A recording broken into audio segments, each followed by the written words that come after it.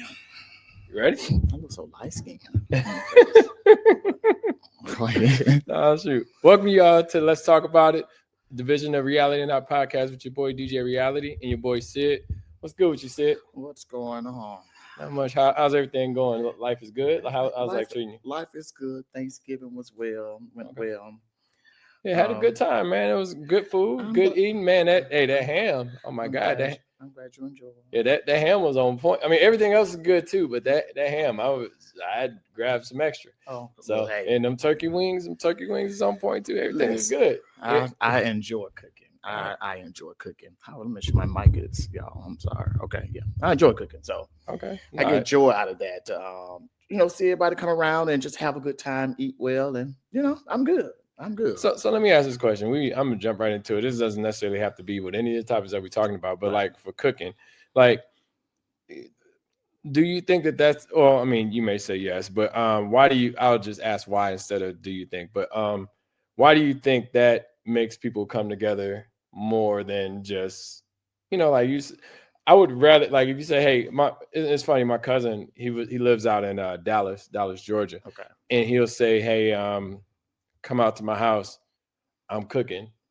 And I'm thinking, like, that's an hour away, but okay, I'll come, just because I'm not enticed by the food, but at the same time I feel like food brings us together at times. So it's like, well, why don't we do that? And this is where the question is coming in. Why don't we do that more? Like, why don't we just say, hey, look, I'm cooking, Sid, why don't you fall through what you got going on? And not just me and you, but I'm just saying people in general. So. Well, I think I'm more so, or the why as to while I'll cook and I like folk to come over, because every Thanksgiving, oftentimes I stay home just because there may be someone in my community or someone that, again, may be here by themselves, like families, long distance, they can't travel, things of that nature. And I want them to feel like family, like come eat. So I always ask, hey, you going home? I'm like, no, I'm cooking. Come by. Because I want them to have them get up on that morning and like, hey, I'm at least around some folk that love me, and share the love. That's why I do what I do. No, but I'm saying, like, why don't we do that more? Like, what, why don't we say December 4th, hey, show up to the house, I'm cooking. Is it because of, like, I put, like, I say that as in, I remember going to my grandma's house when I was younger. Right. And it was always something she cooked. It wasn't right. It was always something on the stove. It wasn't and she didn't even know if I was coming over or not. She didn't know who was coming over out of her 7 kids, but it was always food. And it's like, why hasn't that translated into us? 'Cause I know for me personally, I'm like, I don't like people in my house, but I'm okay with, breaking bread with other people as well. Like, it's kind of like if we plan it out, we say, hey, look, we're gonna do this potluck style, whatever, because I've done Friendsgivings, I've done all of these things, but it's like, well, why does it have to be a holiday to be celebrated? Well, to your point, again, most don't like folk in their homes. Most are just lazy. Most just don't want to cook. It's like, I don't feel like cooking. It's not something that folk just really get out and say, you know what, I'm going to cook every night. Well, I'm cook 5 days a week. Or I'm going to cook on this special, this special day. Just say, hey, y'all, I put some ribs on the grill, something of that nature, Okay. People just not doing that anymore. Okay. Now look, it used to, like, my uncle be like, yeah, I'm barbecuing. Right. And we all just go over there. My grandma, like, of course the holidays, but it was always like something on the stove. Or my Aunt Rosie just start cooking. Like, when I get to, like, if I come to the house, she's like, oh, let me go ahead and fix some hot water cornbread real quick. And, but it's just like, that hasn't translated into our generation. Nah, you should start. Huh? It should start with you. No, so let me reverse that on you and tell you the reason why I don't do it. And me personally, not even just because I don't like people in my house, but I don't like the fact that other people don't do it. Like, I'll give you a prime example. I had somebody, I used to do kickbacks at the house and stuff like that. Right. And I remember one time I did a kickback, and I noticed, I was like, man, it's like, it takes a lot of people, like people don't like to leave. You know what I'm saying? And I'm like, okay, I'm ready to go to bed. I'm sleepy. I'm tired, wherever. But then I remember this chick, she was like, well, why don't you do another kickback? I was like, why don't you do a kickback? Have people in your house. You have a apartment, nice place, da da da. Why can't you have one? It was like, well, people like going to your. I was like, what does my house got to do with it? Like, we can all break bread. You can go. We go to your house. We go. You can do something this weekend. I could do something this weekend. You could do something this weekend, and that's when it's dope. But I don't want to do something in my house every single time to get y'all out because I'm okay with eating by myself.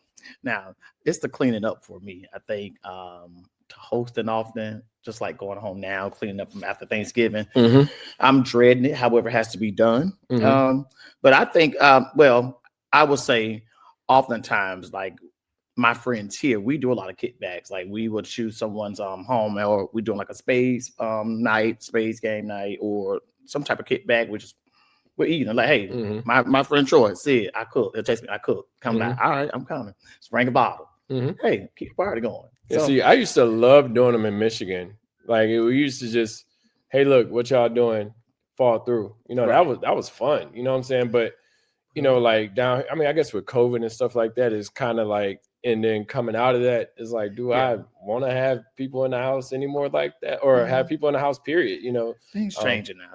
Things are changing. We have to get back to again those old roots of doing those, having food, inviting folk over, making folk feel love. I mean, we got to get back to that. Like, I'm with it. I'm with it. Like, I mean, I literally bought my house right in the middle of COVID, so it's kind of like, nah. But Michigan, I was like, hey, let's do it. But all that being said, one of the topics that we have is trigger words. So with trigger words, what's the word that triggers? Let me grab my water. What's the word that triggers you? A word that triggers. Oh, excuse me, that's my phone. It's fine. I was like, it was the same time I reached for my water. Yeah, it's fine. They can sit down for a second.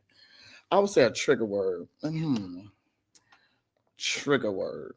That's a good question, because oftentimes, well, I'll say a trigger word for me is that word faggot. I can't stand it. There are other names you can call me. You can say that, but and I don't get called that often. Now, don't get me wrong, but it's just a trigger word for me, because it's like you're trying to go for the jugular when you use that slang or that term or that word. And why? What makes you feel compelled to just call me that? What is something about me? Like, and then that's when I want to get into like the I was about to say, how does it come up? Like, is it coming up out of angst? Is it coming up out of like bad energy? Like you can say, I would say bad energy, because you can say some people will see you and just by the look of you, depending upon how they were raised or brought up or what have you, and that's what they want to say. That's their word, to try to tear you down or what have you. But when they see it doesn't work, it's almost like the word nigga that white folk use. To me, I'll tell folk, that's not a trigger word for me. I don't care. That's all they have. That's the only ammo they have to try to get us to, react. What happened? I mean, but is it on site? I mean, and I know you said it's not a trigger, but like, I feel like, I don't know. It's just like, bitch is a trigger word for me. Like, we might as well just fight. Like at that point in time, like, not, but at the same time, it depends on how you're using it. Like, we like, bitch, please. I'll be like, okay, whatever you just, but you be like, man, you a bitch. And I'm like, damn, why I gotta be all that? But I'm not fighting. I take it back. I'll tell you. Yeah, but it's just how it's the intent. Because I've seen people get offended by female or by retarded and it's like, so why is that word is such a trigger for you then? Because you feel less than, you feel like they just punked you. Like, why? It's the intent. It's not really I take the power from the word every single time, and that's why I don't get offended by, like, if I talk to everybody the same way. So if I be like, bitch, please, like, a woman go take that the wrong way, and I don't, like, not to say that is right or wrong, but a woman go take it differently than when I'm saying it to a dude. Yeah, like automatically, and it's like, well, is that a triggering word for them just because that's what they were called back then or before, or that's something that I don't know. It's just a hard one to decipher, because, like I said, we all got, like, I got called a bitch from a woman one time, and I was just like, wait a minute, what part of the game is this? Like, and it was intent. And it was only her who called it to me, called me that as well too. And I was like, oh, okay, cool. It wasn't like I was like, you know what? It's time for me to go. That's what you was acting like that day? No, I literally, like, it was time for me to go. It was 4 o'clock in the morning. And wasn't nothing going on. And I was like, you know what? And I told her straight up, I was like, hey, look, I could either stay here and be a bitch or I can go home and be a man. And I left. No. Okay. You know? Well, so, but I'm saying, but it didn't trigger me like I have to fight her, but it just triggered me to say, you know what? This ain't the type of person that I'm fucking with just because of the intent or the energy behind the word. Right. You know, so because I'm just, but this is my thing, right? I'm just like, well, how are people using gay terms loosely? Like, I mean, just to be like, I'm trying, like, faggot or something like why are they? Well, I feel like the intent is already there. You know, it's like if I'm just joking around with like, man, bitch, you crazy. Like, I'm just, like I'm just talking. Right. But if I'm like, I don't know, I just replaced the word. I'm like, faggot, you crazy. Like, who? Like, I don't really see. I still see that there's some offense or some intent or energy behind that. That's not good energy. Again, matter of fact, where was I? I was by Tacos and Tequila on Ponce. Mm-hmm. And there's a plaza that has like the Home Depot, I love Home Depot and all of that there. So again, me and some friends were actually just walking by the Home Depot. That's all we were doing. Mm-hmm. Now, I can't remember what I had on. Probably had some shorts and a fitted shirt, something of that nature. You know, what the fuck you want? And again, this dude walked by this man. This man said, "You faggot." And all of us look, because don't know the man. Mm-hmm. What was it about me that made you just say that to me? Like, and I just looked at him. He was angry in his face. We just kept walking. Like, okay, but like, whatever. But I'm just literally trying to figure, like, what if y'all just swung on him? It's not even in me to swing on him. Now, my friends that wanted to, and I was just like, it's not worth it. We out there in Ponce City Market. People are watching. People are no, it's not worth it. It was a word. Love to see that. It was that fight going. It was a word, and he said it. But again, I guess it really didn't have that, like I said, that power, because he just said it was so random. Like, okay, you don't like what I got on. You don't like. Okay, we just looking. I kept walking. Okay, cool. That's how you feel. Hey, y'all, let's keep going. I see. I never understood that. And I say that as in, I mean, we've alluded to this before, but it's like, I don't have to call you out of your sexuality. I think that's just stupid. Like are you, like, if it's a, like, you're calling me out based off of my demeanor or my appearance, right? And it's like, that's some fuck shit. Like I'm just saying, like, you not the holiest of holy or anything like that, but at the same time, it's like, I'm not gonna be like, what up, gay Sid? Like I'm like, what up, Sid? Like, what's going on? First of all, I'm not even bothered. I'm not bothering you. Like I say, what makes you, or what compels you to say anything to someone that said nothing, that haven't said anything to you? That's not even bothering. Hell, I won't even look in his way. I get offended if you call, like, what up, straight shine? I'm like, what the fuck does that mean? and see, that's just something I wouldn't say. No, but I'm saying, like, why would anyone say, not that in particular, but why somebody would say, hey, faggot, hey, queer? And now, so I look at it like this. I feel like some of it was something about me that triggered him, for him to come out his mouth to even call me that. And what was that? I don't know, because I don't know him. But so, okay, so with that word in general, like, do you, like, when it was, because it used to be used in music a lot, did you find it offensive when it was used within the music? Well, any type of vulgar music, I really don't listen to.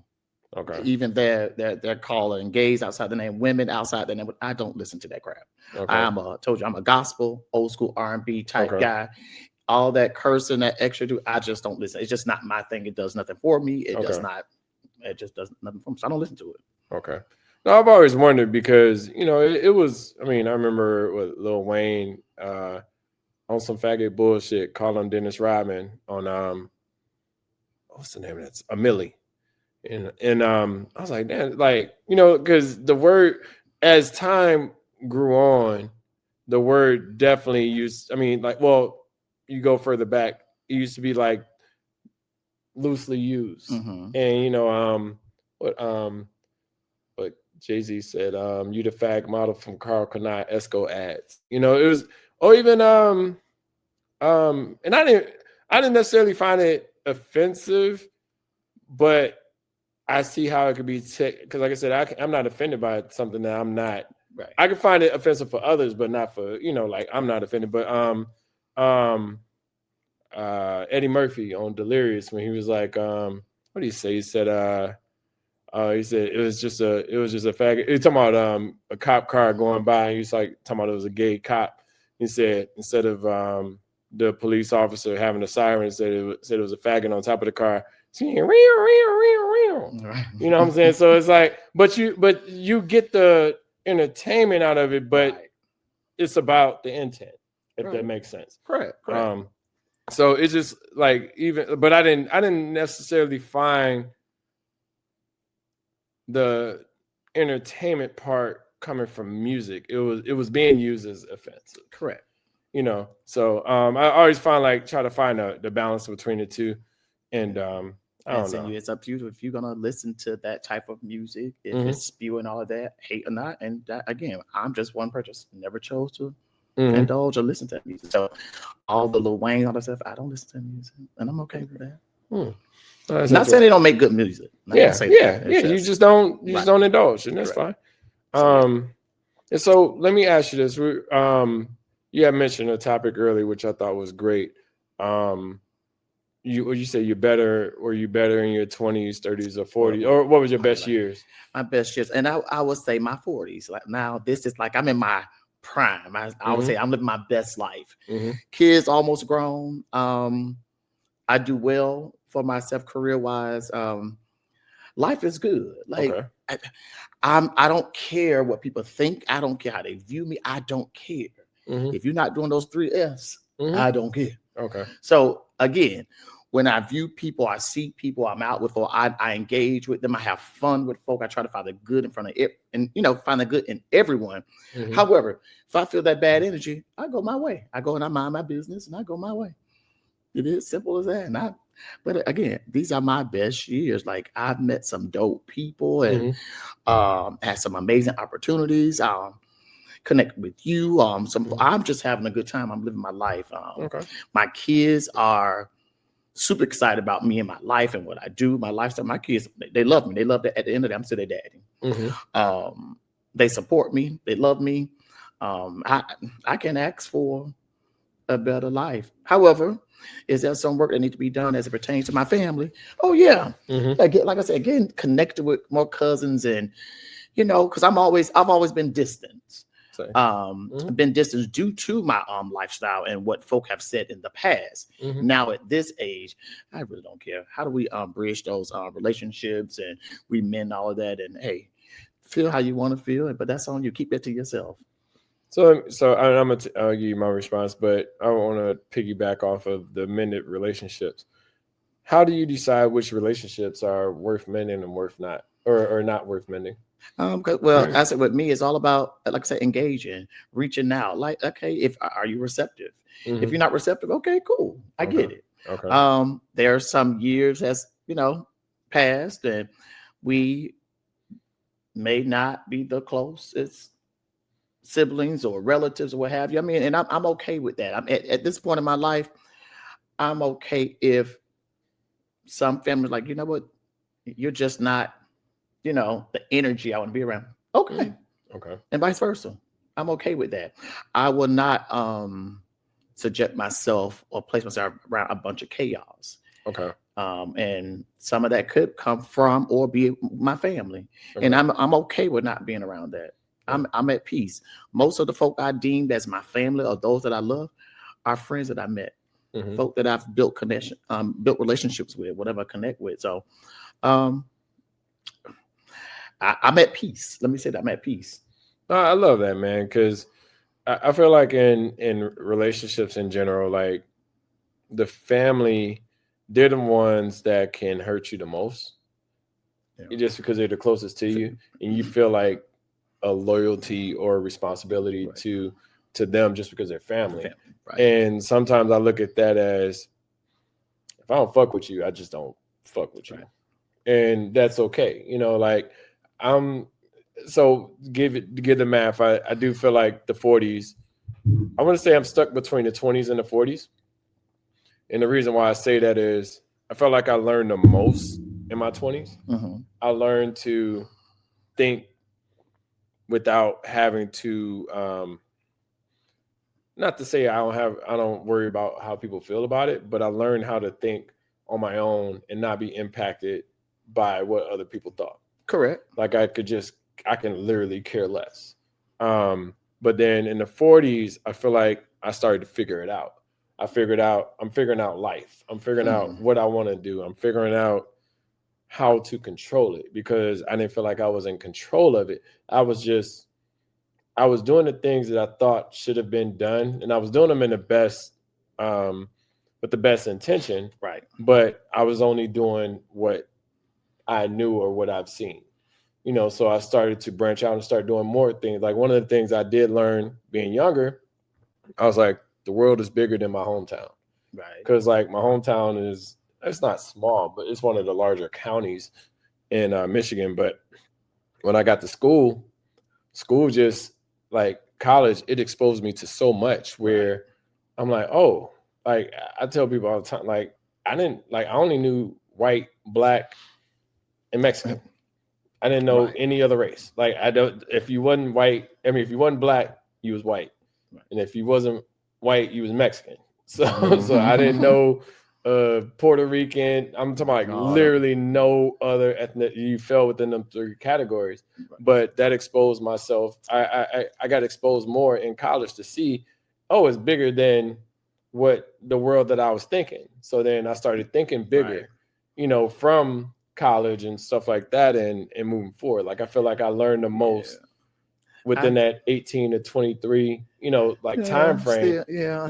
I still feel I was a young buck at that age, having kids at 25, being married at 25, et cetera. But now it's like being 45. I don't have the ex-wife, baby mama drama, the child support, all that I went through. I've learned boundaries at this age now. Like I have boundaries with my kids. Dad, I didn't pay my credit card bill. Can you pay my credit card bill? Oftentimes me, yep, babe, just did. I'll pay it. Now, no, you work. You have a full-time job. What do you do with your money? Yeah. I'm not. And I don't feel bad anymore for not doing so. Yeah. And that's even with friends. If I go to your home and there's any type of disrespect, I know I could leave. That's why I always drive my own vehicle. Because if I need to leave or tell you off in your house, I'm going to tell you off and I'm going to leave your house. I'm getting my car and I'm going to go. I will drive my car everywhere. Right. Me too. I just don't abide by like, oh, well, like, oh, you leaving right now? Yeah. Yeah, I'm ready to go. I'm ready to go home and do nothing. and I'm also learning that it's a little, it's kind of cliche to me, but we like to say it's not what you say, it's how you say it. To your point earlier, it's about the intent.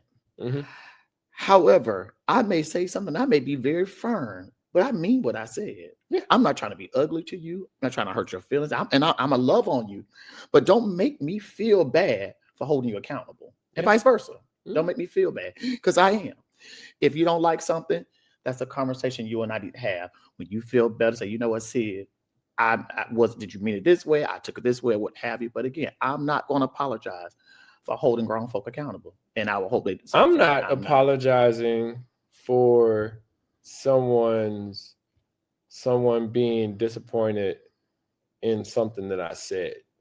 I'll apologize for the way that you felt and you took it. I'll empathize with that. Yes. But what I said was what I meant. I meant what I said. And it ain't like I'm not trying to, be stubborn or stern or anything like that. But I apologize for the way it made you feel. I don't want to make anybody feel bad. Correct. But if you ask me a question and I give you, because this is a problem I have sometimes with people. People want the truth, but they want you to sugarcoat it. Correct. And they don't want it. Like you say, hey, Sean, you want to go here, da da da? And I'll be like, no. You're like, damn, why not? I was like, because I said you got so. an attitude. No, I just don't want to go. I said, I literally don't. Like, why you act like, what's wrong? Is something okay? Like, nigga, ain't nothing wrong with me. I just don't want to go. Correct. And it's okay. So that's the problem I have with some, like, my aunt, like, taught me that, like, hella young. She told me no one time. And ever since then, I was like, damn, I can actually tell like 5 or 6 years old. I was like, I can actually tell somebody no and feel comfortable with it. And not, she was like, I ain't got to explain to you. And I was like, okay. And I understand that from a kid's perspective, but like from an adult's perspective, I don't have to. I mean, if I want to, I can explain it to you, but I don't have to explain to you why I don't want to go here or blah, blah, blah. The money might not be right. Shoot, I just may not want to do it. Right. And I don't have to justify, like if I say, hey, I don't want to do this, all you can do is be like, okay, cool. Well, you want to do something else? Be like, oh, yeah, I'm considering, but I don't want to do that. Or allow me to tell you why I don't want to do it. And you should be open and receptive to what I have to say. You may not like why I'm telling you I don't want to do it. Yeah. But that's two things I hate. But when you tell people why, then they're going to sit up there and try to convince you that you should do it. And I'm like, no, I'm not. Look, you brought up a great point when you said earlier, or just a second ago, you said that I've already made like when I say no, right. It's not like like I'm on the fence. Like if I say no, I just literally don't want to do it. Like, and most of the time I don't say no. So if I say no, then it's pretty much defined that I don't want to do it. It's the same way as it pertains to when I'm having conversation with adult men or women as it pertains to sex. And I always tell guys, if you lead with sex, you throw me off. Don't lead with sex because I'm grown now. I'm real grown. You real grown. It's inevitable. If we're gonna do it, we're gonna do the do. Mm-hmm. However, if I say I don't want to connect with everyone, so I'm just not sleeping with you, I'm not sleeping with you. Period. Mm-hmm. I'm not trying to hold out. I'm not trying to be a goody two-shoe. I'm not trying to be any of that. I just don't want to connect with you. Yeah. Period. And I never got that part too. Like trying to convince somebody, like if you don't want to do it, I ain't got to do it, and I'm okay with that. And you mad because I don't want to sleep. That's what it meant. You mad? Mm-hmm. Why are you upset? Because I choose. And so it's okay to have your choice or your right. but the same that you have your choice to say no, correct. I have the right to say no the correct. Same way. Absolutely. So and that's why I never said like I'm not going to even like ask someone like, hey, we go get down da da da. Like even if they say no, then I'm like, all right, cool. Like I don't. You don't have to convince me. Like, hey, look, I'm waiting to get married. Hey, look, I'm waiting for this. No, like I can give a shit. Right. Like just like, but just know. But I always say this though: if you say no, then it's on you. Right. I'm not going to come back to you again and say, hey, let's do that. Like I'm never going. Like I'm not going to be the one. I'm not going to be the rapey person. Like, I'm not going to be the one that's trying to convince you at that point. Like, you've already made your decision. So now the power is in your hand. And I'm okay with the power being in someone else's hand to make that decision. But that's the two words that drives me crazy when adults have that type of conversation as to, I just want you to be honest with me or communicate. Mm-hmm. Grown folk do not know how to be honest and they don't know how to communicate effectively. Mm-hmm. They don't. Mm-hmm. And a lot of folks say they are communication. That's the first thing. Relationship, communication. Baby, you got mad because I told you no. Yeah. But it just throws me off. So people don't know how to talk. Right. People don't know how to talk about problems. Like people, I want to say all people, but some people just, they hold it in. And then it could become a thing. And then it's like, well, so now it's like, it's you against them. It's like, I don't want this to be a beef. I want this to be a relationship. So talk about it. Like if you don't want to do something and I do, then if we don't, like if we, I guess, quote unquote, agree to disagree, I want to do this, you don't, then we got to separate, and it's okay. You know? And it's okay. And that's why I always, oftentimes you hear me say, I say I have friends, and folks like you use that word friend loosely. I say no, because when I'm in relationship with people who like my ace boom cool, my dogs that I know they love me, I'm in relationship with them. Mm-hmm. When I call you my friend, okay, you my friend. I may know you here and that we may not speak, we may not, but I'm in relationship with folks. So those that I'm in relationship in, and they know my character, there's certain things I can disagree with you, and you and I can go back and forth about something. 10 minutes later, because you my boy and we are in a relationship, I see you more than just somebody just out there on the street.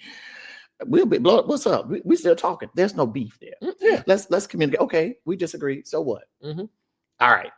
That's how you felt about how I felt about this half conversation. You, my friend, you know me. You know I would never do anything to intentionally hurt you. Mm-hmm. That's why I would hope someone that knows my character and someone that loves me know that about me. But we don't have to agree on everything. Though. Correct. That's the difference. Like you, it's great that we can have 95% of conversations and there's no smoke or there's no issue. But of course, it's going to be the 5 or 10 or 15. But that's the thing is you got to find those types of friends. Correct. Where you can have a like, I don't want to argue with you 50% of the time. Correct. Like, I don't want to argue with you 30% of the time, but like, I mean, not to say that you wouldn't be a friend or not, but I'm just saying like, I just don't want to have it where we're always disagreeing. Correct. Like we don't necessarily have to agree all the time, but hell, we got to be kind of like-minded to be around each other. Absolutely. So. And I'm that friend. I'm that friend that you're not gonna always like what I say. And it's okay. But the dope part about that is like knowing that of letting you be who you are. Correct. And like I said, I'm not trying to change you or anything like that. And that's the problem. I feel like sometimes I would say when I say relationships, I'm speaking like not just, intimate relationships, but I'm saying friendships, all that stuff in general is like just understanding the people like who you interact with. Like when I talk to you, like, you can say something and I'll be like, all right, nigga, well, shit. Cool. It's how you feel. Like, I'm not going to try to change you. But the problem is sometimes people try to change the people to be like almost like a group think mentality that we all must be in the same, I remember one time I was at a cabin trip and they were going to a wine. I might have mentioned, I can't remember, but they were going to a wine, not a vineyard, but like a, what do you call it? A winery, whatever. Mm-hmm. But with them going to the winery, I was like, well, he was like, hey, you going to the winery? I was like, no, I'm just go chill in the cabin. I'm cool. And then come to find out it was like, oh, he's acting funny because he don't want to go to the winery. I was like, no, I was like, I just didn't want to go. You know what I'm saying? And I mean, of course, there could have been some other element. I mean, that was, when I was starting to have neck issues and stuff like that. Right. So like, I was just chilling. You know what I'm saying? But the automatic assumption was he didn't want to go because I was like, no, I was like, yo, some of y'all booed up.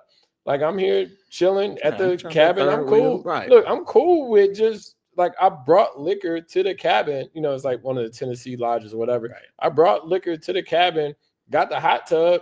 I'm chilling. Like, I don't need to go somewhere else I'm saying me personally, like, I didn't have to go anywhere else to experience y'all go come back. We go hang out, we go play some card games or whatever and keep it moving. And you know what, like, it's like my good friend, my Betsy Darrell. Darrell has been several times he had to hold me accountable, check me on some things because when I'm drinking alcohol or when I'm under the influence, I think I'm Incredible Hulk. Can't whoop nobody, but I think I'm Incredible Hulk. Okay. In other words, are you Incredible Hulk with the words or are you Incredible Hulk with the hands? I'm Incredible Hulk with the words. I would tell you also, like, if that's why I don't like to have deep conversations when I'm intoxicated because it comes out. It's gonna come out. If you think I'm put it all out there, now you're gonna think about I'm trying to embarrass you or what have you. And I had to watch that because that was not my intent. However, I got next. They say, "What we talk about? What happened?" And I didn't like that. I didn't like how it made people feel when I got. You didn't like how honest you were? No. I'm not saying because I like being honest. At the time, I didn't know what all I was saying because I got up next day like, "Ooh, what did I say? Did I say that?" And that's my bad. Now I said something foul one time. I did. It was the truth though. I would tell the truth. No, that's cool. It wasn't a time or the place. Look, I said something foul one time. Like I remember I was back in Michigan. And we were like, we was at my boy's crib. And mind you, I was twisted out of my mind. And I asked somebody, like I was playing spades.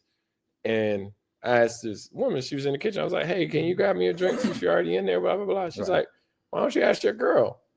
And I was like, was like, I do not remember this to this day, but I was like, that's the bitch I don't claim. And I did not look, and I heard about it the next day, and I'm like, what I do, and that ain't even how I normally even talk. Correct. But that's what came out of that. That's why I'm learning. I did apologize, yes. but I didn't remember. I didn't even remember saying it. Yeah, me neither. I'm learning that. So my friend Jarrett's always like, no, he's like, friend, you can't be telling folk, your truth or what have at that moment because you're intoxicated and you say a lot of stuff and they're like, it may be true, but you offending folk. And I was like, huh? I think people want that though. I was so now think about it like this: whenever you go to places or whenever you out, blah blah blah, people are like, oh, look, let's get the next drink. Let's get the next. So I feel like you're encouraging. Correct. The Incredible Hulk to come out. Correct. So, I don't, not to say it's right or I mean, of what you said or what you could have said, but I feel like I want to say the blame is on them because I mean it's you who said it, but I feel like you egg this on to come out because you know how I am when I drink. And let me correct something. Oh, let's get some drinks. Right. Let's get another shot. Correct that. Oh shoot, let's it is how when I drink, and I'll say this. When I'm sober, and I tell anyone this, has nothing to do with anyone. When I'm sober, I'm just a conservative type guy. Mm-hmm. I don't bother no one. I don't say much unless we're having a conversation or I'm engaged with doing something. Or like I said, I just don't. Mm-hmm. I'm quiet. I'm home. I keep to myself. When I'm intoxicated, it flows. And it's not that I have to be drunk. No. Mm-hmm. If you want my opinion on something and me to be open and honest, if I'm drinking alcohol, that's the perfect time to act because I'm not gonna hold back. In other words, I'll hold back when I'm sober. Mm-hmm. I'm just like, I probably can't even muster up the words right. Not even tell you because I'm not even my mind. I'm focused on the stuff. I'm intoxicated. It comes out so easy. See, I'm totally opposite. I'm the quiet. Well, I wouldn't say I'm the quiet drunk. I'm the drunk that I'm like, I think Lady takes on my demeanor, like my dog. And I say that as in, she'll just chill all day. But she be like, oh, let's do that. She'd be like, whoo! She's like ready to go. So with the liquor, I'm like, oh, it's party time. It's like, let's get in. So I'm that kind of drunk, but then I'll eventually find a chair and go to sleep. It's almost like when people talk about like peer pressure, what have you. And one thing I've learned about myself through my years of life, no one can never peer pressure me into drugs, sex, nothing that I don't want to do. Mm-hmm. You just and sometimes it baffles my mind when I see that some folk are just so easily influenced. Mm-hmm. And then they get on drugs. And I'm not judging anyone. I'm just saying, like me. You could judge them. I mean, some people just would do whatever, and then blame it on like the liquor and da da da. I'm not blaming on liquor. No, I did or said what I wanted to say, and I meant it. Like every word I said. It might not came out the right way, but I meant it. You know what I'm saying? When I said that's the bitch she was the one I didn't claim. Like, and I didn't say it the right way, but normally if I was sober, I would have been like, can you just ask to give me a drink? I just want to drink. So I'm learning, like I said, I'm learning boundaries and all that. So these have been some good years, and I'm still learning, yet learning how to connect with individuals again when we don't get along or we disagree or they may not understand something. Or I may not understand. I go back, help me understand, explain why. Like I don't understand, so I want to know. Tell me more. So I'm comfortable with having a conversation with people. I love having conversation with men. Heterosexual or gay men. I like having a conversation because I see where we are, especially Black men.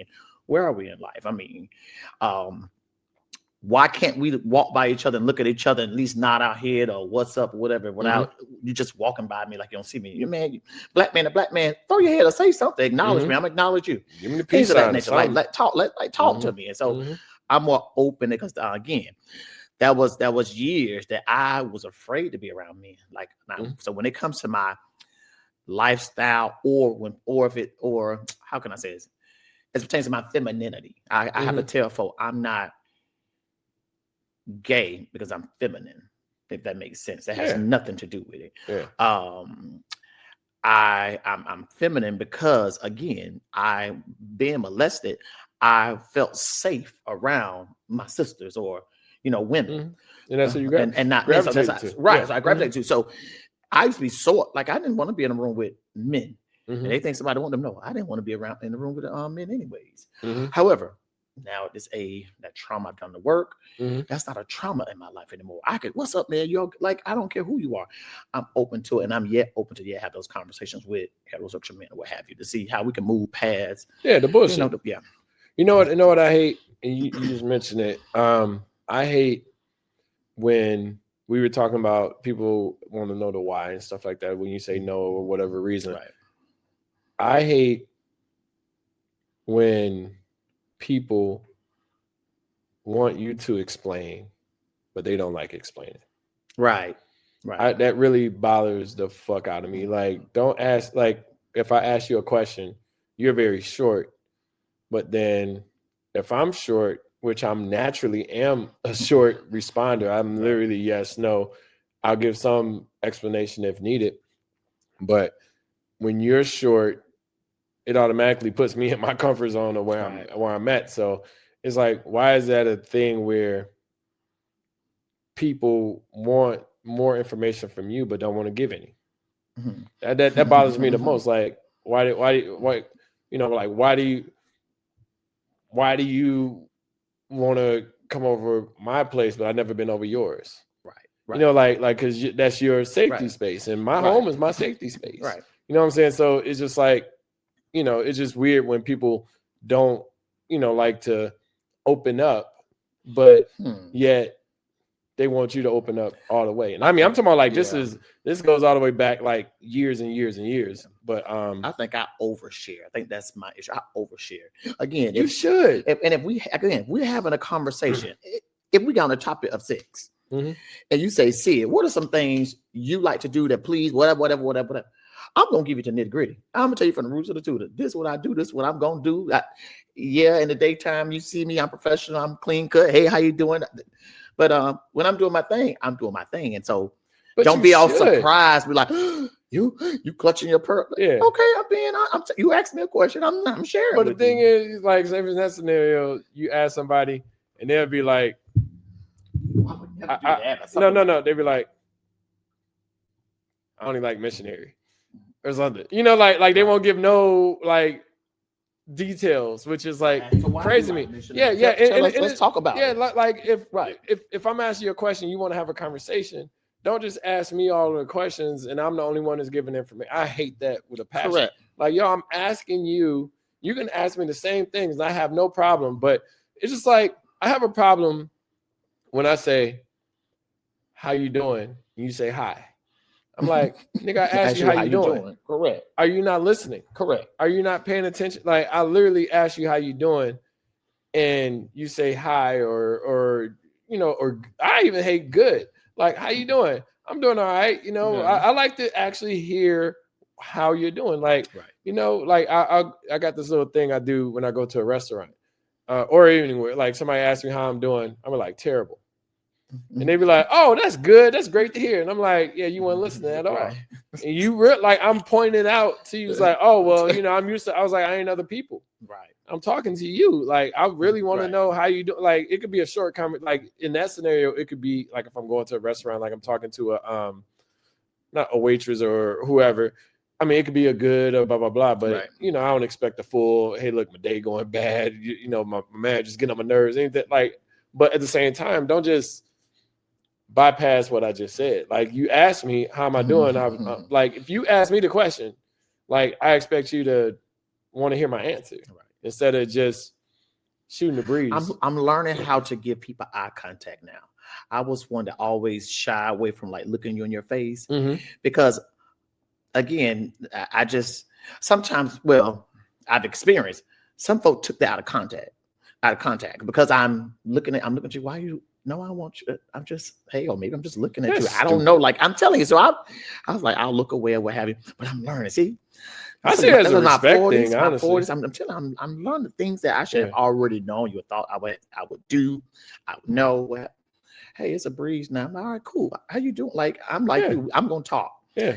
I am a talker, but I do. But I just see it as a respect thing. I'm talking to you. Like, I mean, we talking on the podcast, so sometimes I look towards the camera. Most of the time I'm looking at you, telling you, like, what's up? Like, it's just a respect thing for me, you know.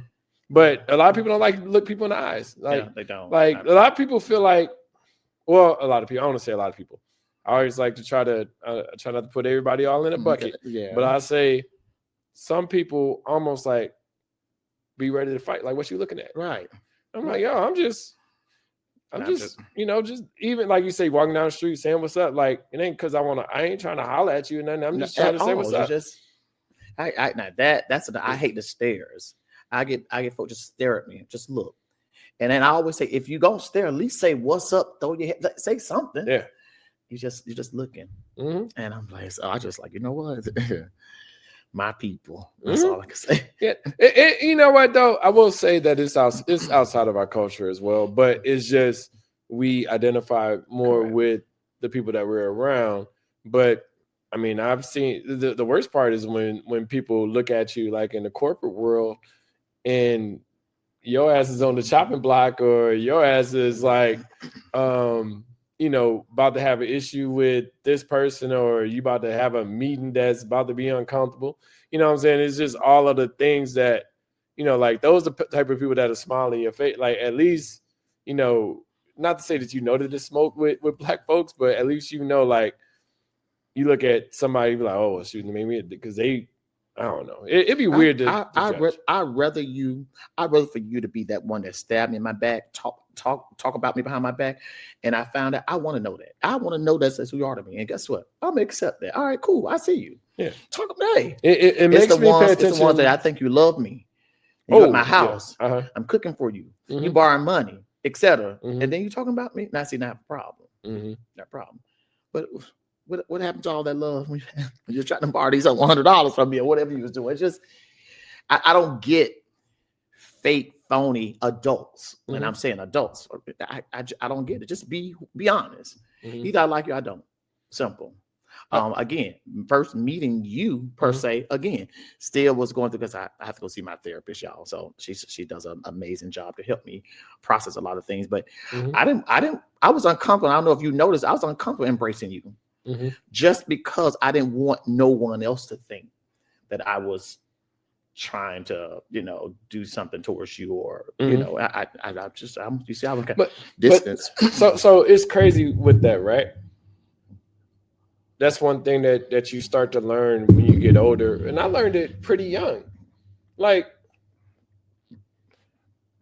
I had to learn how to care less. And that's what I mentioned before. I had to learn how to care less about people's opinions of me just because, and I say the opinion like, you know, us, like if you's hollering or if I'm hollering, like I don't care about the visuals. It's not like you tonguing me down and nothing like that. You just saying, what's up? We talking, chit-chatting and shit. So it's like, if that's automatically assumed that, you know, like you're questioning my sexuality or whatever. Because the thing I tell people all the time, like, what does it matter about my sexuality if we ain't fucking? Correct. Like, who cares? Why do you care who I'm kicking it with or who I'm with if you don't have intentions behind it? And honestly, it's not that I'm uncomfortable with hugging you or anyone else or connecting. It's me trying to protect everyone else. So an example, and I don't want to put nothing out there, but if you had a woman friend here, what have you, certain things I'm not going to do because I don't even want her to even think that, well, why he around him? Or what's that look like? What does that look like? And why? I'm trying to protect you. I don't want anyone to say anything about you. So I won't do it. I'm like that with anyone around certain folk. I always say it's a time and a place for everything. And I tell people all the time, if you catch me out there, the Bulldogs, what have you, you may see me with some of them little old shorts on, tight fitted shirt, what have you. You're gonna see that Sydney. However, if you see me home, my children, what have you, I got on a wife beater, Jordan shorts, like I'm daddy. I could turn it on and turn it off. But at the same time, I'm always trying to protect others. I don't want my friends or your homeboys come here that have not met me. I don't want them thinking that, oh, well, why he has Sid around? That's when you'll see me go to my own little corner, my own drink, and I want you to act like that. I mean, not act like that, but I want you to be who be you myself. are. No. I'm saying like I don't care about what other people think is what I'm saying. Right. Like you could think whatever, like it has nothing to do with who I'm with. It has nothing to, like if that person questions Sid, then it's like that's insecurities in themselves. There you go. See, I'm glad you said that because I don't give a fuck about their insecurities. What I'm telling you, it's still 50-year-old, 55-year-old, 60-year-old men that again they may be on the what you call like this masculine type brother. No one knows their lifestyle. They mess around or whatever that looks like. Mm-hmm. And again, around their homeboys, what have you, they're just this man. However, so I always tell them, I said, so if we go out together, if we go out to dinner, somebody gonna think something about you just by looking at me, right? You know this, right? And no, my point is, you wouldn't believe how many men I have not gone out with because of that reason. They don't want anyone to, and that's why I just I go out to dinner with you. I ain't gonna let you smash, but I go out to dinner with you. I had drinks with you and shit like that. But this is the thing about friends, right? You don't know, you might have some fun with me, and I ain't talking about in that way. Now look, this is a good thing about friends, like getting to know people just on some regular cool ass shit. Right. It's dope. I'm gonna get you hooked up. Hey, right. You know what I'm saying? It's just crazy when people automatically assume like, oh, well, he's like, oh, Sean must be or Sid must, like, I hate that energy. Like I almost, not to say that I welcome it, but I welcome them having curiosity just because I care less about, because I don't need to answer their questions. Correct. They can assume all the things that they want. Correct. And I just always find that a bit awkward when people like automatically assume that, oh, well, me and you can't be the best of friends or something like that. And that shit is just stupid to me. Like I said, I'm not trying to change the world or anything like that. But at the same time, I feel like when you can, as everybody can change something, you know what I'm saying? I don't necessarily have to change everybody's opinion. Right. But at the same time, like that doesn't mean that we can't be good friends because of other people's opinion. Like fuck their opinion. So that was my point. Circling back to the question you asked about what I'm enjoying my 40s. All of that I said, that's my point. In my 40s now, I'm not so concerned about these older men that don't want to hang out with me because of what I look like or what have you, or what people would think on our side. So it's like I know how to deal with you. I don't have to deal with you at all. I'll move on, and it's okay. That's you have insecurity, not me. So I'm going to continue to live my life. I'm continue to do what I do. So I tell folk all the time, yeah, I'm still out here seeking love, but there's someone out there for me somewhere. I'm looking for them. They looking for me. We just haven't connected yet because I'm at peace in my life. I know what I want. And your trauma and your insecurities doesn't work for me. And that's okay. That's what you do. Yes, what you did to handle. And I'm not going to bash you or what have you. You just, you may need to go see someone. Go sit on the couch and talk to someone as well. People won't do it. So yeah, so I'm therapy is huge. Yes, it is. Like if you need it, or I feel like everybody should do therapy. But I mean, there's different levels to the shit. I mean, some people out here crazy. You know what I'm saying? Yes, but I think, like I said, I think it's levels to the shit. But you just have to care for yourself and care that. I had a question one time, and it was asking me like, it asked me, was I an advocate or was I what is it? So was I a part of the community or was I an advocate? Or ally. Ally, that was the word I'm looking for. Or was I a part of the community or was I ally? And I said, well, I was like, I'm an ally, but like you with those two choices, like, what are you? And it was like, well, I don't feel comfortable with saying, I'm one or the other. I was like, so, well, they had said I'm not a part of the community, but I don't feel comfortable saying I'm an ally. And I was like, well, what's your definition? I was like, my definition of an ally is being receptive of things that people have, that has impacted people in the past and trying to make things better and trying to be someone that you can go to or confide in or whatever the case may be. And that person doesn't have to be, they can be who they are around me, And but the question, I was like, wait a minute. So, I mean, I felt like you either got to be like, you either got to be one or the other, or you hate. Like, because, like, not just to the gay community am I an ally. I feel like I'm an ally for livelihood in general, but I'm an ally specifically for the LGBTQ community, just because I know the things that that the community has dealt with. So it just felt awkward to say, well, I don't feel like I don't feel like I'm an ally. And I was like, well, what do you consider? And they couldn't really give a clearly defined answer. And again, this is why we're going to continue to have this conversation as it comes to heterosexual, homosexual, what have you. Lesbian women can't really have that conversation with cis women, like they like to say, women, just because of, we get on this, I can't be this, I can't be an ally, I don't want to talk about that, I feel comfortable. No, listen, allow folk that space. Have a conversation. You may learn something. Have a conversation. You may really learn something. But do you?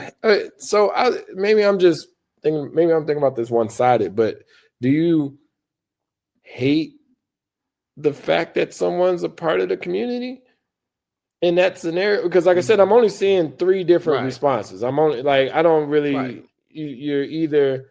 I mean, of course, it can be a bit. The lines could be blurred, but the way I was catching it was that since they weren't a part of the community and an ally, then you're not an ally. Because the ally, I think, is defined pretty straightforward. I don't really think that if you say I'm not an ally, that means you're against it. That's how I just automatically see it. And like I said, I could be wrong. I don't know. I wouldn't necessarily say that. Like for instance, like my mom. I tell anyone this. I'm one of those sons that my mom don't have to like my lifestyle. She don't have to put up with it. She doesn't have to be around it. She don't have to deal with it. She does not have to do that. I do not put that pressure on her at all. I will not. Now, my mom said, "You my son, I love you." So that's an ally, right? Well, I see that as an ally. Said, "I love you," right? I love you. Yeah.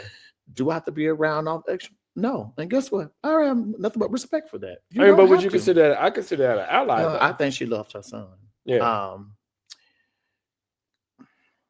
It's just like I think she just loves her son, because I wouldn't say that she will want to be involved or see, but she probably wouldn't care. I'm just saying that's just the love she has for me. But everyone is not like that. So I mean, I wouldn't say she's an ally.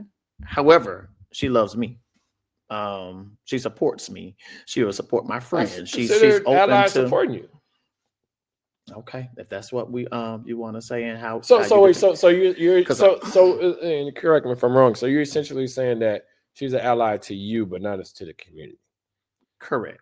Okay, that makes sense. Now let me also talk about the community, because you use the community a lot, and I more so think it's an old school thing for me. Okay, I always tell folks I'm not a part of the community. Okay, I'm Sydney. Okay. It's just certain. I'm a gay male. I live my life. I do my thing, but it's just certain things. It just. I'm just. No. You. I don't. I don't really. So when I say community, I think this is the problem, right? And I'm glad you corrected me. This is the problem that I have in general with all of this stuff. Like I said, I get why it's like that, but I don't like that it's like that. And I say I don't like it that it's like that. Like, we find ways to segregate ourselves, whether it's sexuality, whether it's religion, etc. And those are the problems that I have. Like I told you, when I talk to you, I don't talk to you as gay Sid. I talk to you as Sid. I don't talk to you as Sid from the LGBTQ community. Correct. I talk to you as Sid. Like I don't think about none of those communities or your sexuality when I talk to you. And I say that because, again, I guess this is something, well, me and my therapist, we're talking through, because I have these, I wouldn't even call it like a phobia, but I'm yet dealing in that, I'll say that trauma as it pertains to, you use the word segregated. I'm a Black male, but it's hard to connect with Black men. Mm-hmm. I'm a gay Black male. However, sometimes it's hard for us gay Black men or women to connect with those gay white men and women. So it's like so it's all these so sometimes, like myself, I just keep to myself. I don't want, if I see you, hey, how you doing? I give you a hug, you want a drink, I just keep going. Mm-hmm. I don't get into all the fluff of it, because this is why, even after this election, this is why I'm just kind of, and I love to see Black people, we're chilling. Mm-hmm. We're tired. Like, people are tired. I don't want to keep dealing with that. If I see my Black brother and sister, I'm going to always try to acknowledge, support, or whatever it is. I don't care if you're straight or gay. Mm-hmm. You church boy, because I'm a church boy. Mm-hmm. I support it all. I'm there because, again, I want it reciprocated eventually in my life. That someone's gonna say, you know what, we see what I'm here for you. I support you. I don't care who you are. And that's just where I'm at with it. So I don't get caught up in all this, because I'll say, because half time the gay community is not for us. It just, people. It is what it is. It is what it is. I just find ways to love. How can I love you? Mm-hmm. Regardless of who you are, how can I love you? And that's how I live my life. That's it, because I just hate the separation. I really hate finding. So I was watching this Dave Chappelle. It was on the stand up, but he was talking, and he always borderline, because the trans community always have an issue with him. He was saying that it was a joke about him and his wife. It was actually, he said it was a true story, but like him and his wife went into a bar. And some lady came up to him and someone put out the camera, and he's like, "Put away your camera, old bitch ass nigga." And then come to find out, the dude, like, he was gay and stuff, right? So with him being gay, it was he was like, "Oh shoot, did I just trigger something just because he's like, I call everybody bitch ass nigga, right. But it's just with him." And then he was like, well, he said the guy was like 6'5", like 250, 300 pounds, something like that. He's like, well, I'm just going to have to fight. And then he said the dude put out his phone, or had his phone out, and called 911.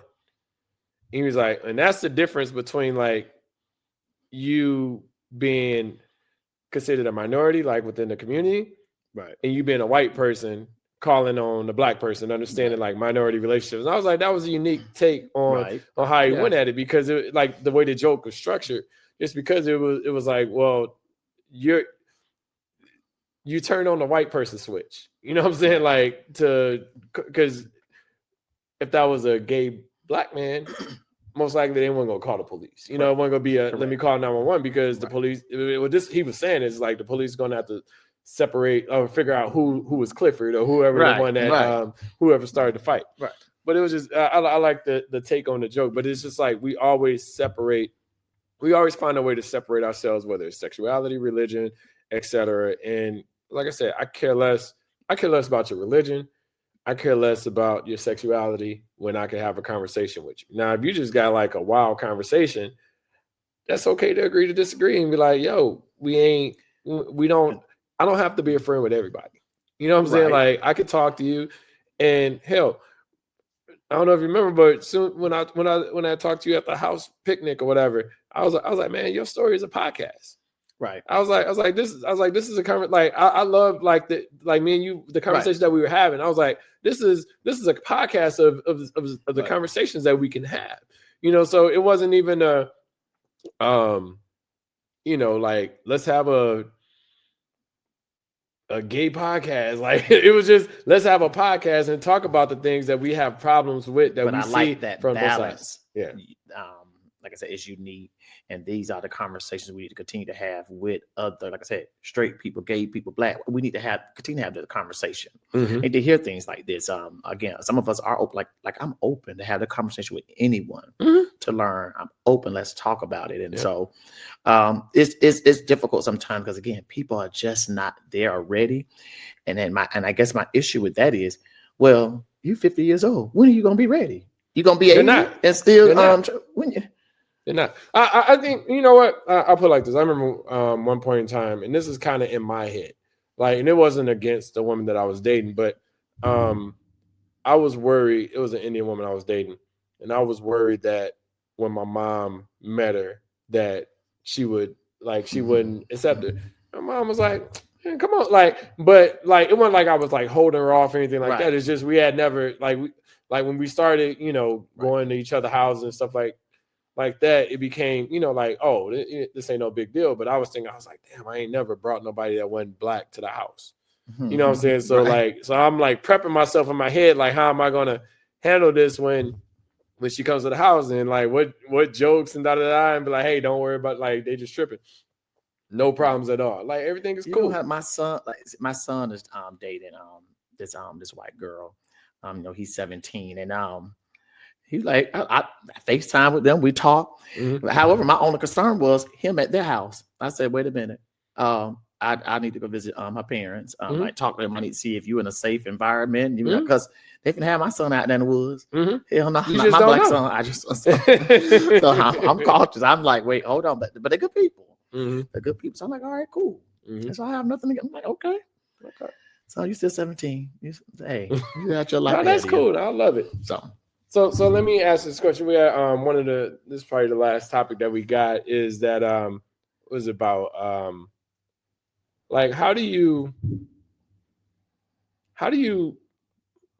set your goals? I'm trying to figure out a better way to how did I write it in the I don't like that one. When you set your goals, like how do you make sure that you get your goals accomplished? I'm a what's the word I want to use? Because being a Pisces, I'm an overthinker. I overthink everything. And so again, I'm learning those boundaries to say, okay, see, me, I have to write stuff down. I mean, like I was one that never used a calendar, that never used my notes, never. Now I have a planner. I got a whiteboard in the other room. I have to organize my day. I'm telling you, you know how much that does for me. I have to organize my day. Even for work, I'm going to this store. And I stay on schedule with them plan. I'm like, all right, see, that's what you have to do. Because see, me, I have so much going on, I forget. And I'm like, I set this goal and I forgot about that. And it's like, nah. So now I write everything down. It's in the calendar. I schedule emails. Yeah, me too, yeah. I do that now. Yeah. I am very, I want to say very organized, but I try to make sure that I don't miss anything. One thing I had looked at the other day, and I was like, damn. Like I told you, I just got a certification today. Right. And I had looked back and I was like, when was the last? Because I got two certifications, or I got three now that I got within the past month. And I was thinking, I was like, damn it, like I haven't gotten a certification in my profession since 2018. And I was like, wait a minute, like if this is something that I'm fully invested in, it's something that I want to do, continue on within my career. Let me make sure that I'm continuously growing within the profession. So I was like, okay, now let me lock in. That's why, people say, oh, you getting all these certifications, da, da, da. I was like, yo, like I invest in myself. Right. And when you invest in yourself, say I paid for the certification today, it was $400. Paid $400 for the certification. If that can get me extra $10,000 or $20,000, if it give me extra $5,000, the cost, was it the ROI on that is crazy. Correct. But I say that as in I like within my goals, I have on my whiteboard. Well, actually I have a nephew. I have his spending on a whiteboard, but we can talk about that another time. But I had on my whiteboard, I was like, okay, I'm gonna do this on Monday. I'm gonna do this on Tuesday. I'm gonna do this on Wednesday. And this is what I'm gonna do for the next 2 weeks for this certification to be able to get this done. Right. And I have to plan it out. Like those more so short term, but even the long term ones, I had on the other side of the whiteboard is like, hey, I want to make $500,000 a year by 2027. I want to do all of these things. I want to do is 2 events. I think I told you about the events, but it's like 2 events I want to plan for next year and stuff like that. It's like if I put it out there in the world, it's going to happen. Oh, absolutely. It has not been one thing that I said that I was going to do that I didn't do. Correct. You know, and that's just how whenever I set up a goal, I'd look at, so like even with the $500,000 one, I was like, okay, how do I get there? Like that's the question mark after. Right. So now I got to figure out how to get there. You know, once I'm able to figure it out, I'll get it. You know, it doesn't necessarily, like if I say I want $500,000, I get 400,000. I'm doing all right. You know, I'm doing all right for myself, you know. That's pretty much me. I always set out to say I'm going to do this, and I accomplish it. I do it. Mm-hmm. I'm serious. Like now, my financial advisor was like, see, we got to cut some credit card debt. So we went down all my credit cards, do this, do that, do this. And I said, all right, cool.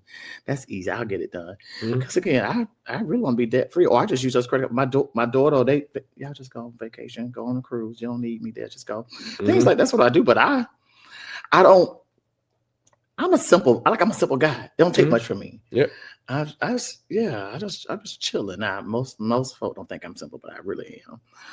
If you get to know me, but no, but that's the problem. They automatically assume, right? People think like I just be having the most fun ever in life, being a whore, dude. I just be over here playing the video game, playing Donkey Kong, and be excited.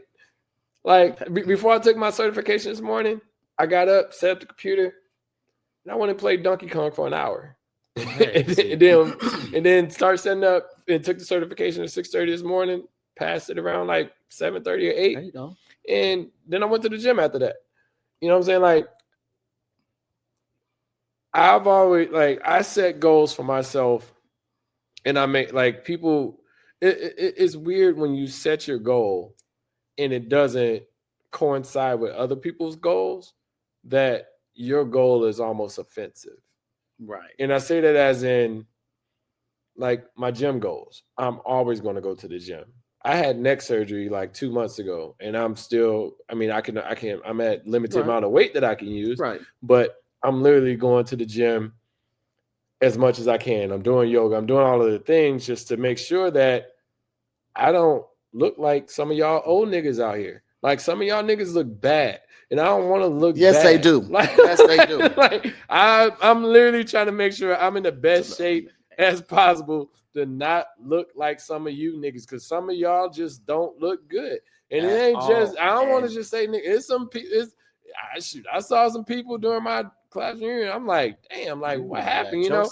Go. Right. So I want to make I have my goal as far as the workouts. I have my goal as far as my certifications. My goal this year, you know, I said shit changes. Like I had on the board, I want to get 2 certifications by the end of the year. Or I had it by February. I got one, and then I didn't get the other one. Because I had started another job and stuff like that. But the way I work, or the way my head works, is I just go full turbo and like, well, fuck it. Now, like I'm looking at it, I'm like, well, shit, I'm gonna get 3 right now.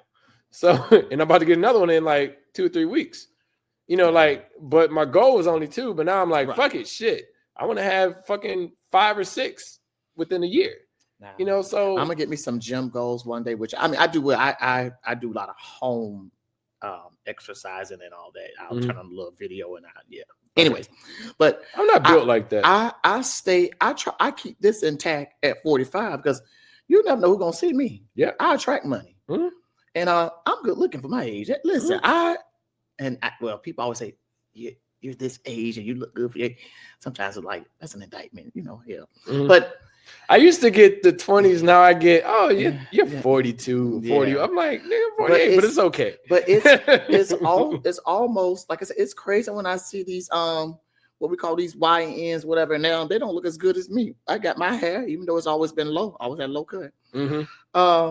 They going bald. They look older. Yeah. I'm like, what's happening? Yeah. And then they see me. No, bro, I'm old to be uncle. Yeah. Yeah.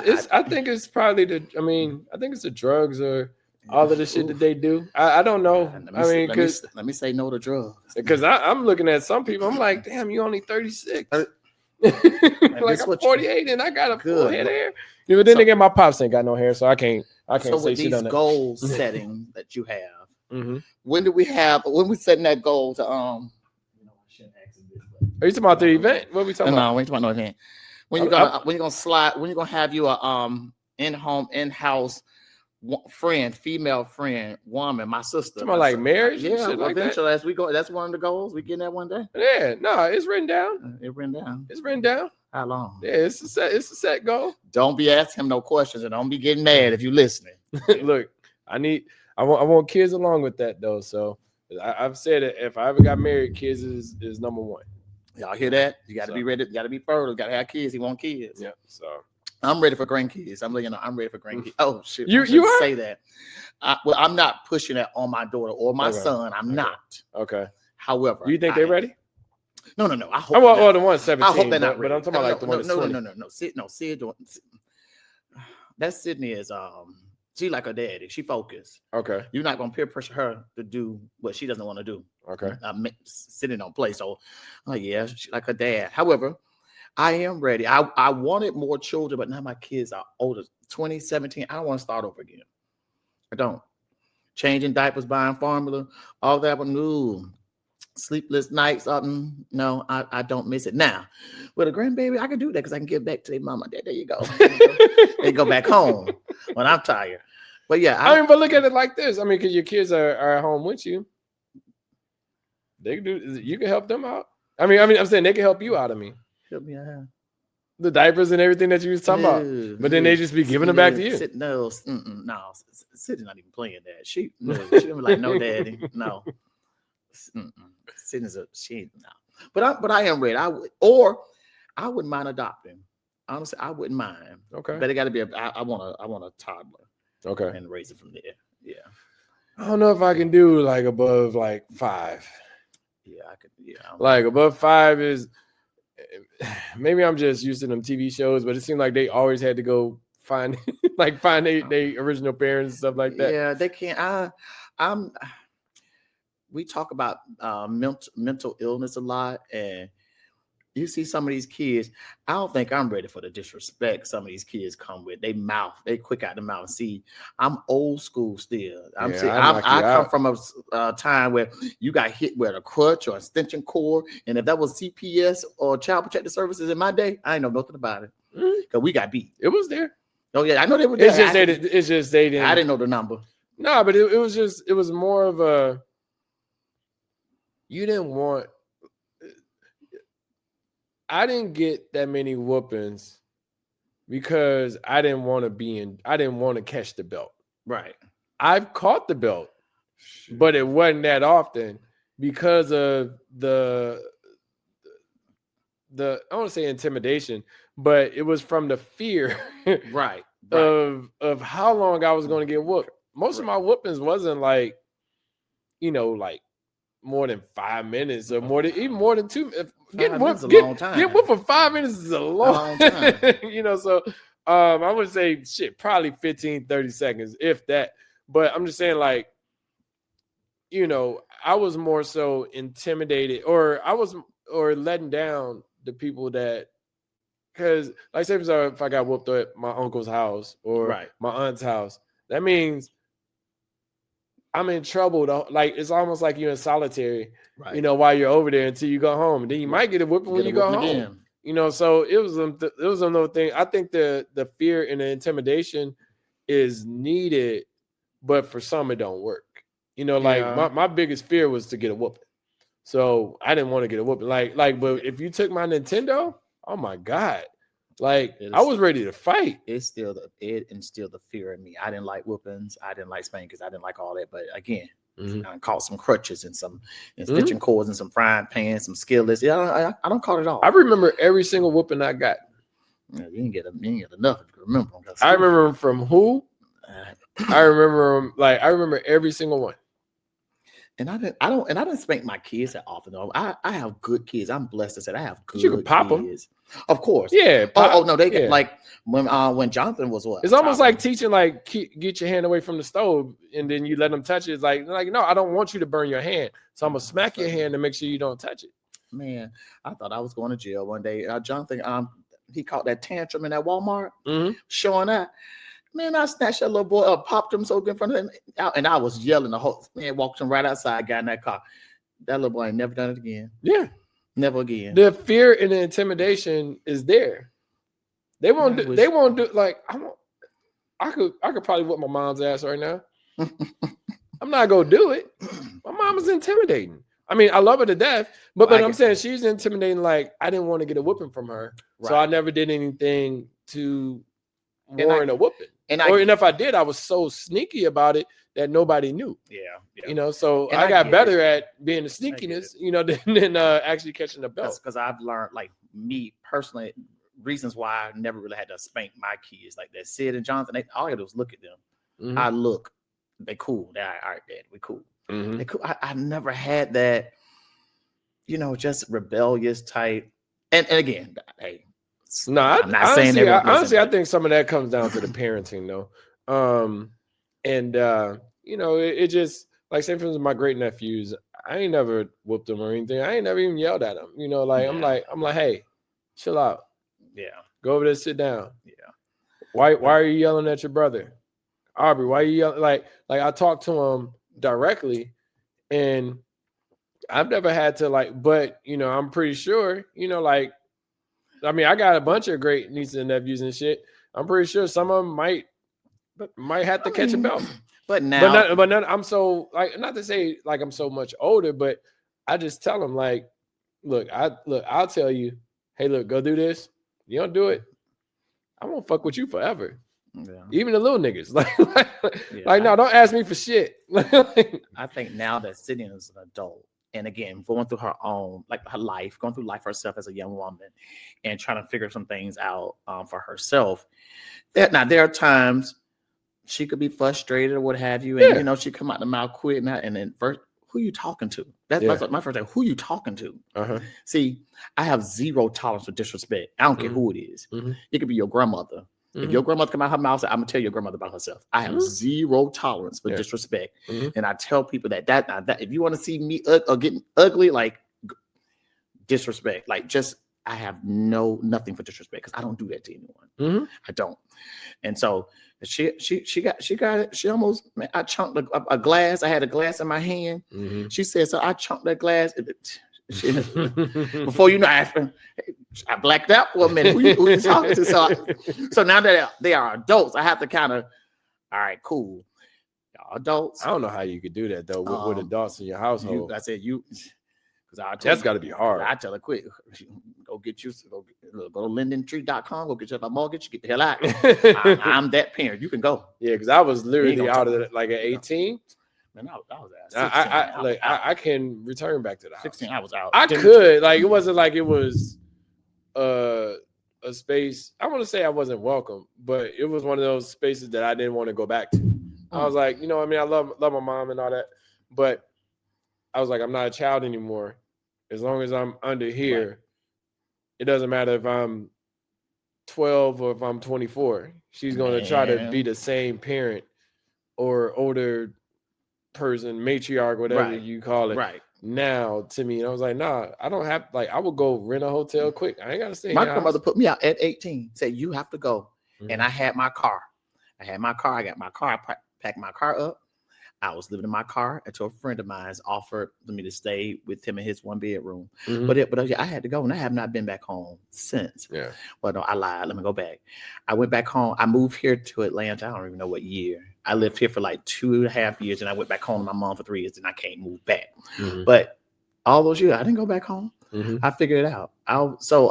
That's why I don't mind being on my own. Mm-hmm. I do my thing. I don't want nobody to bother me. Yeah. And them kids not gonna bother me either. Mm-hmm. Yeah. Oh, but anyway, that's funny. Cool. All right. Well, thank you all for listening to Reality or Not podcast. Let's talk about this with the homie Shantae, aka DJ Reality, and the homie Sid. Sid, you got any parting messages? Send us some topics. What would y'all like for us to talk about? It could be anything. Cause I'm pretty much open book. So, but thank you for tuning in. Watch, peace. All right, talk to y'all later. Peace.